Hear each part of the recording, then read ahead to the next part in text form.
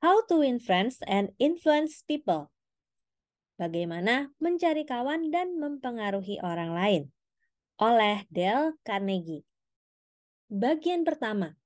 Teknik-teknik dasar dalam menangani manusia. Bab ketiga. Dia yang mampu melakukannya akan memiliki seluruh dunia bersamanya. Dia yang tidak bisa akan berjalan dalam jalan yang sepi. Part kedua. Contoh lain dari cara membujuk diberikan oleh Stan Novak dari Cleveland, Ohio, seorang peserta kursus kami.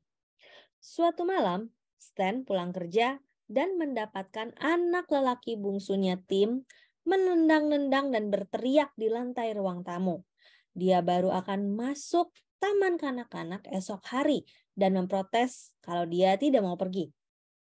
Reaksi normal Stan adalah menyuruh anak itu masuk ke kamarnya dan mengatakan padanya bahwa dia lebih baik berubah pikiran untuk pergi sekolah. Tim tidak punya pilihan. Tapi malam itu, menyadari bahwa hal ini tidak akan menolong Tim memulai taman kanak-kanaknya dengan kerangka pikiran yang terbaik, Stan duduk dan berpikir, kalau saya adalah Tim, mengapa saya harus tertarik pergi ke taman kanak-kanak? Kemudian, ia dan istrinya membuat daftar hal-hal menyenangkan yang bisa dilakukan Tim, seperti menggambar dengan jari, menyanyi, mendapat teman-teman baru. Kemudian mereka mempraktekannya. Kami semua mulai dengan menggambar dengan jari di meja dapur. Istri saya, anak lelaki saya yang lain, dan saya sendiri semuanya menikmati kegiatan itu. Segera saja Tim mengintip dari sudut dapur. Kemudian dia memohon untuk ikut serta. Oh tidak, kau harus pergi ke taman kanak-kanak dulu untuk belajar bagaimana menggambar dengan jari. Dengan sangat bersemangat saya memperlihatkan kepada Tim daftar itu dan menyampaikan dalam bahasa anak-anak yang mudah dimengerti. Mengatakan kepadanya semua kesenangan yang bisa didapatnya di sekolah. Esok paginya, saya kira saya orang pertama yang bangun.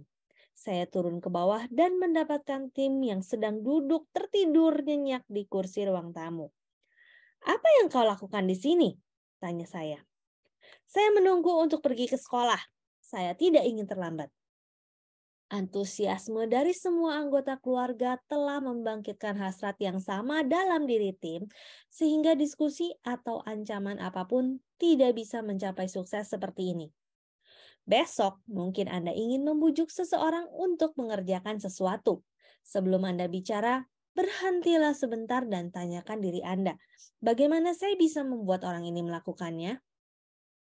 Pertanyaan itu akan menghentikan kita agar tidak tergesa-gesa masuk ke dalam situasi yang tidak menguntungkan dengan mengeluarkan pembicaraan mengenai keinginan-keinginan kita. Suatu kali, saya menyewa ruangan luas dari sebuah hotel New York selama 20 malam untuk setiap sesi dalam rangka menyampaikan serangkaian ceramah. Pada awal satu musim, saya tiba-tiba diberitahu bahwa saya seharusnya membayar hampir 3 kali harga sewa yang saya bayar lebih dulu. Kabar ini sampai pada saya sesudah tiket dicetak dan disebarkan dan semua pengumuman sudah dibuat. Sudah sewajarnya, saya tidak mau membayar uang tambahan itu. Tapi apa gunanya bicara kepada pihak hotel itu tentang apa yang saya inginkan? Mereka hanya berminat dengan apa yang mereka inginkan. Maka, beberapa hari kemudian saya pergi menjumpai manajernya. Saya sedikit terkejut tatkala saya mendapat surat Anda, ujar saya. Jangan salahkan diri Anda sama sekali. Kalau saya berada dalam posisi Anda, saya sendiri juga seharusnya menulis surat yang sama.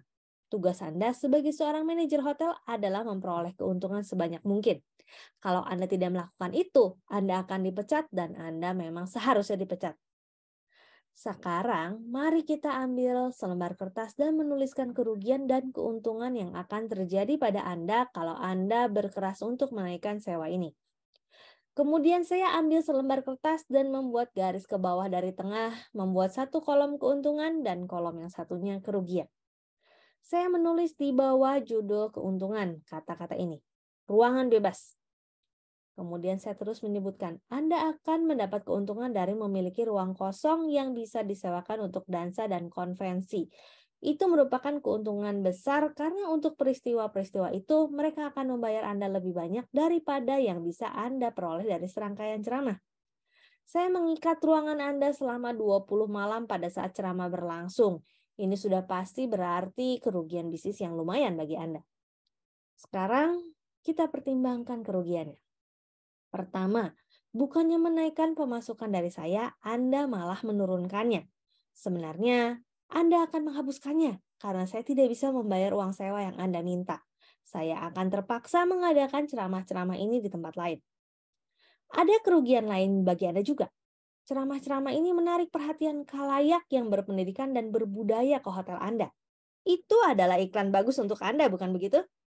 Sebenarnya, kalau Anda menghabiskan $5.000 untuk biaya iklan di koran, Anda tidak bisa membawa masuk banyak orang yang akan melihat hotel Anda sebanyak yang akan saya bawa karena ceramah-ceramah ini. Hal itu cukup bernilai untuk sebuah hotel, bukan begitu? Tatkala saya berbicara, saya menulis 2 kerugian ini di bawah judul yang tepat dan menyerahkan lembaran kertas itu pada si manajer sambil berkata, "Saya harap Anda akan mempertimbangkan dengan seksama keduanya, baik kerugian maupun keuntungan yang akan Anda peroleh. Kemudian beritahu saya keputusan akhir Anda." Saya menerima sepucuk surat esok harinya yang memberitahu saya bahwa biaya sewa hanya akan dinaikkan 50%, bukannya 300%. Saya memperoleh pengurangan ini tanpa mengucap sepatah kata pun mengenai apa yang saya inginkan. Saya bicara terus-menerus tentang apa yang diinginkan orang lain dan bagaimana dia bisa mendapatkannya. Misalnya saya telah melakukan hal yang manusiawi, hal yang wajar. Misalnya saja saya bergegas masuk kantornya dan berkata, "Apa maksud Anda dengan menaikkan biaya sewa saya 300%? Padahal Anda tahu kalau tiket sudah dicetak dan pengumuman sudah disebarkan. 300%.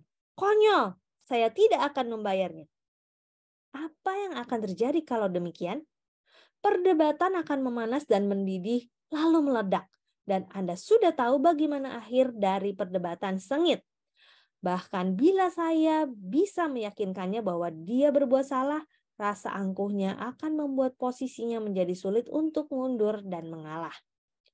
Berikut ini adalah salah satu saran terbaik yang pernah diberikan mengenai seni berhubungan dengan manusia. Kalau pernah ada rahasia mengenai sukses, ujar Henry Ford, itu adalah kemampuan untuk melihat segala sesuatunya dari sudut pandang orang lain dan juga dari sudut pandang Anda sendiri. Nasihat itu sangat baik sehingga saya ingin mengulangnya.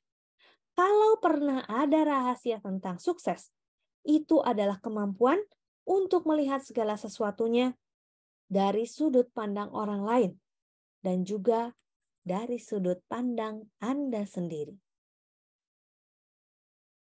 Demikian How to Win Friends and Influence People, bagian 1, bab ketiga, part yang kedua. Saya Roswita Anggraini, sampai jumpa di part selanjutnya. Terima kasih.